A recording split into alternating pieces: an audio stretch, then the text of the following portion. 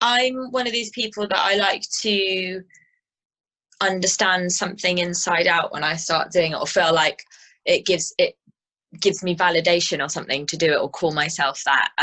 So I hadn't had I'd had like lessons when I was a child, and then I went to college and, you know, kind of did the course there, but I wasn't finding that I was actually being taught about the voice. I wasn't being taught what I needed to know, which essentially was anatomy. So I started teaching myself when I was about 20, I think.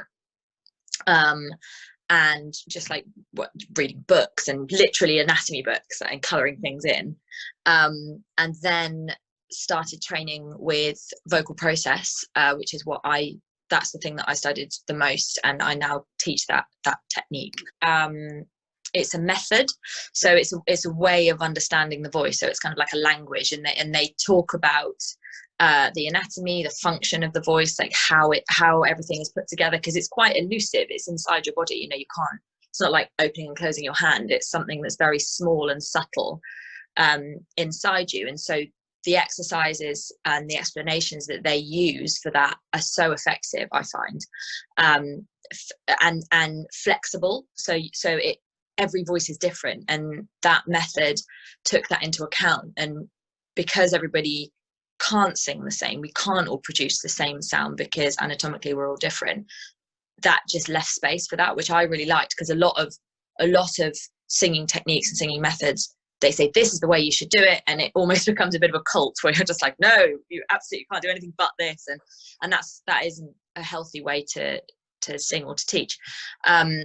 So I really liked that, and that kind of got me on to I just felt it was really natural, because I've always been a singer. I've always kind of naturally sung, and then just improving myself as a singer, I then started teaching, and then I started looking at other methods and things and kind of bringing them all together. And then last year wrote a book about it, which came out, which was nice.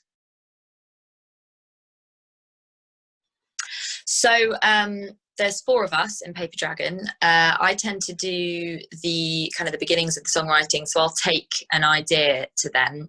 We all produce. They are much more advanced than me in production, and so I'll kind of arrange something here and build the demo, make it sound how I want to sound it, and then I'll take it to the guys, and it just gets turned into a very high quality produced track.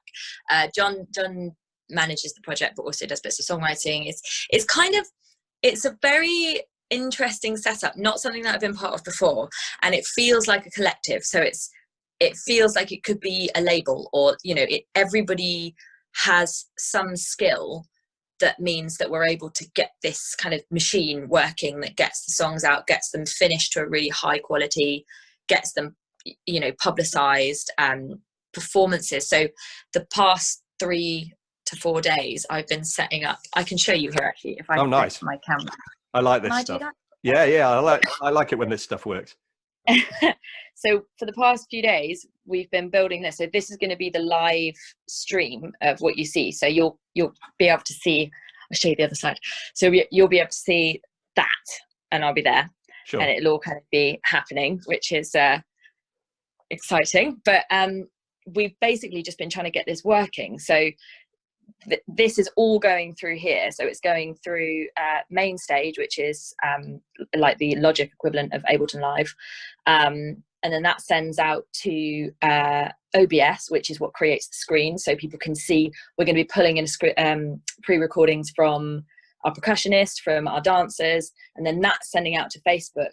So there's so many different things happening at the same time, and I think if it was just me trying to do that, it would just be impossible. But the fact that we've got this collective of people that all are really skilled in their own right, are coming together and being like, right, problem solving, how do we do this, and actually creating something that's cool. I think it's going to be cool. And as we're speaking, that's tomorrow night. So we're speaking on Wednesday. That's Thursday evening. And Thursday from 8:30. One of the things when we played the previous single, I think you were talking about, and you've just mentioned there, the dancers and the piano with the lights and all that sort of stuff. Explain that to people who don't know that aspect of what you do.